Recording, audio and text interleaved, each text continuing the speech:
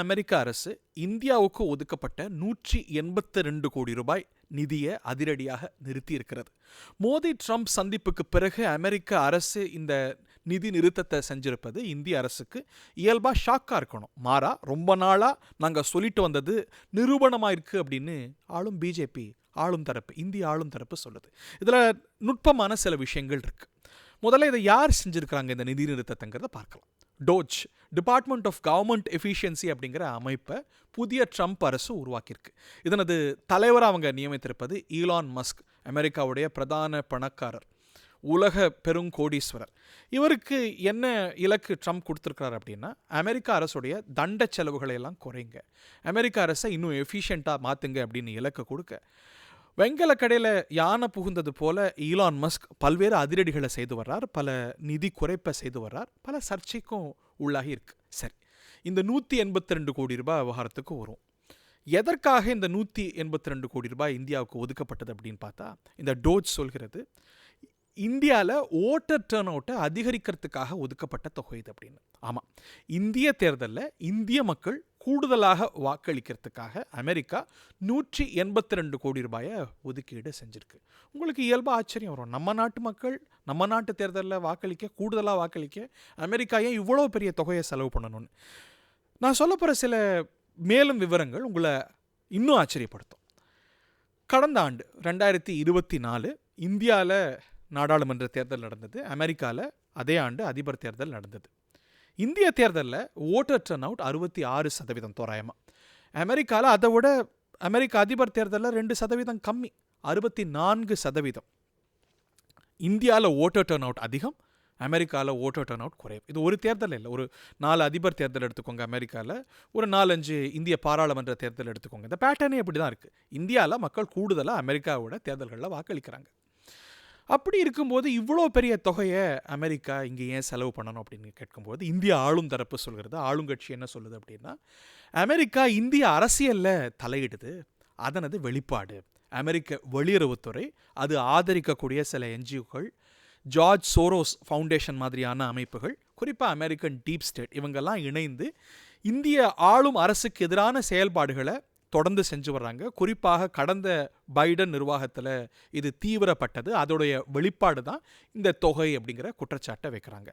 ஒவ்வொரு முறை இந்திய நாடாளுமன்ற கூட்டத்தொடருக்கு முன்பாகவும் அமெரிக்காவிலேருந்து ஒரு ரிப்போர்ட் வரும்.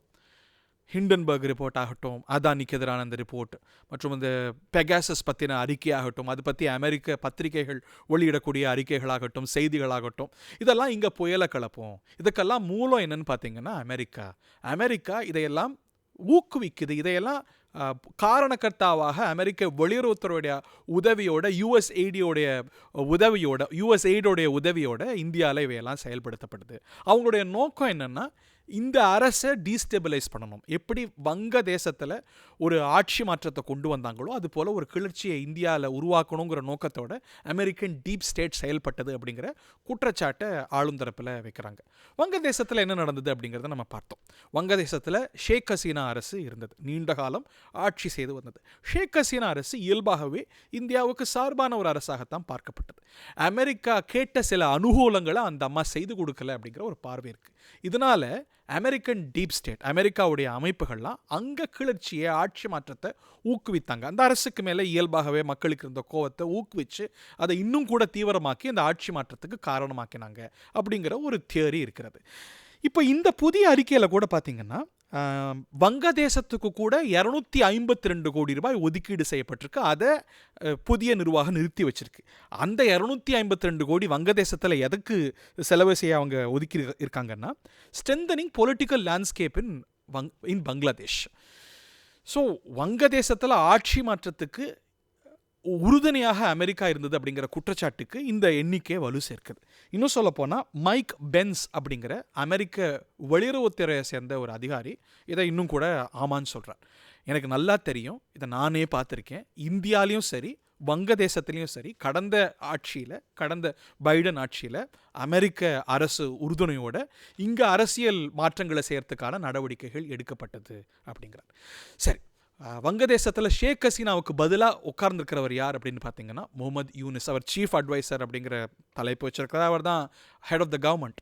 அவர் பைடனுக்கு ரொம்ப நெருக்கமானவர். பைடனுக்கு மட்டுமல்ல, அவர் கட்சியை சேர்ந்த முந்தைய அதிபர்கள் ஒபாமாவுக்கு நெருக்கமானவர், செக்ரட்டரி ஆஃப் ஸ்டேட்டாக இருந்த ஹிலரி கிளின்டனுக்கு நெருக்கமானவர். பைடனுக்கும் அவருக்குமான நெருக்கம் கட்டிப்பிடிச்சு முத்தம் கொடுக்குற அளவுக்கு ஒரு புகைப்படம் நீங்களே பார்க்கலாம் இணையத்தில், அது பரவலாக இருக்கும், நீங்கள் சர்ச் பண்ணி பார்த்தா தெரியும். அந்த அளவுக்கு கடந்த ஜனநாயக ஆட்சி நிர்வாகத்தோடு அவர் நெருக்கமாக இருந்தவர். அதை தாண்டி அதில் இன்னொரு லிங்க்கும் குற்றச்சாட்டாக வைக்கப்படுது. ஜார்ஜ் சோரோஸ் அப்படிங்கிற நபர். ஜார்ஜ் சோரோஸ் அப்படிங்கிறவர் அமெரிக்காவில் பெருங்கோடீஸ்வரர். அவருடைய ஆதரவும் இந்த ஆட்சி மாற்றத்துக்கு இருந்தது, இந்த யூனிஸுக்கு இருக்குது.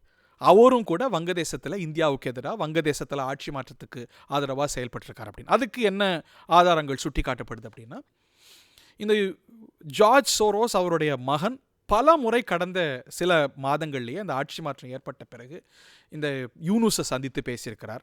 ட்ரம்ப் இந்த நிதி நிறுத்தத்தை செஞ்சதுக்கு பிறகெல்லாம் கூட கடந்த வாரங்களில் அவர் சந்தித்து பேசியிருக்கிறார். இதிலெல்லாம் பாருங்கள், ஒரு லிங்க் இருக்கும்.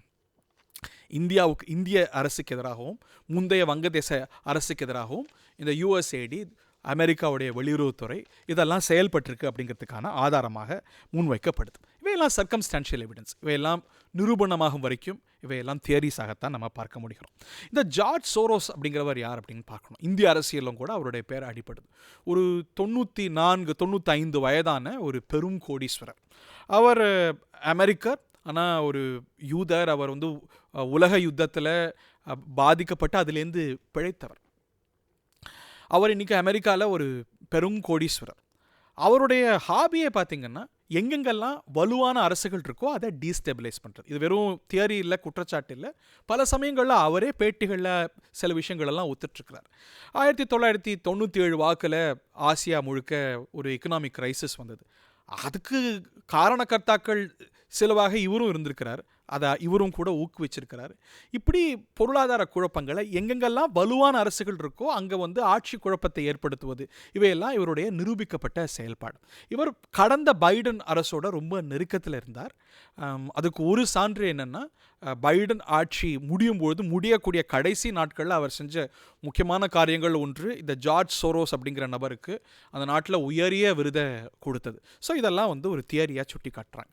இவையெல்லாம் வெறும் தியரிஸ் தான், இவையெல்லாம் நிரூபணமான விஷயங்கள் இல்லை. இதெல்லாம் ஒன்றோட ஒன்று சேர்த்து பார்க்க முடிகிறது. இந்த ஜார்ஜ் சோரோஸ் டீப் ஸ்டேட்டுடைய அங்கம் அப்படிங்கிறது ஈலான் மஸ்க், ட்ரம்ப் இவர்களுடைய கருத்தாக இருக்கிறது. இந்த ஜார்ஜ் சோரோஸுக்கு எதிரான கருத்துக்களை தான் எடுத்திருக்கிறாங்க. அமெரிக்கா வேறு நாடுகளில் தேவையில்லாமல் செய்யக்கூடிய விஷயங்கள்லாம் நிறுத்தணும் அப்படின்னு இவங்க சொல்லி வர்றாங்க. நீங்கள் கடந்த வாரம் ட்ரம்ப் மோடி சந்திப்பில் கூட பார்த்துருப்பீங்க.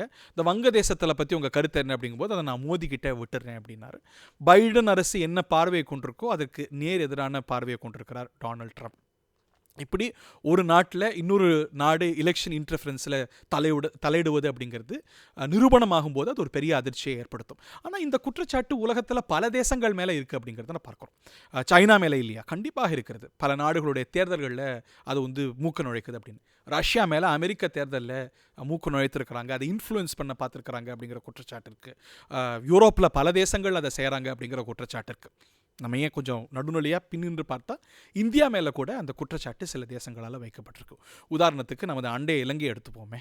மஹிந்த ராஜபக்ச அரசு 2015 கவிழ்ந்தது. என்னுடைய ஆட்சி பறிபோனதுக்கான காரணமாக இந்தியா அதுக்கு காரணமாக இருந்தது, இந்தியா அந்த தேர்தலில் எனக்கு எதிராக செயல்பட்டது அப்படின்னு அவர் பகிரங்கமாகவே குற்றம் சாட்டினார். சில சமயங்களில் அதை டோன் ஒன் பண்ணி அதை மறைமுகமாக குற்றம் சாட்ட ஆரம்பித்தார். கடந்த இலங்கை தேர்தலில் கூட நம்ம இந்திய அரசு சஜித் பிரேமதாசாவை வர விரும்பியது அப்படிங்கிற செய்திகள்லாம் ஊடகங்களில் பரவலாக வந்தது. இப்படி பெரிய தேசங்கள் தன்னுடைய ஸ்பியர் ஆஃப் இன்ஃப்ளூயன்ஸ்னு இருக்கக்கூடிய தேசங்கள்லையோ, தனக்கு இன்ட்ரெஸ்ட் இருக்கக்கூடிய தேசங்கள்லையோ எலெக்ஷன்ஸில் இன்டர்ஃபியர் பண்ணியிருக்கு, இல்லை அவங்களுடைய அரசியலில் தலையிட்டிருக்கு அப்படிங்கிற குற்றச்சாட்டை பல முக்கிய சக்திகள் மேலே நம்ம பார்த்துருக்கோம். இது இந்திய அரசியலில் புயலை கிளப்பியிருக்கிறது.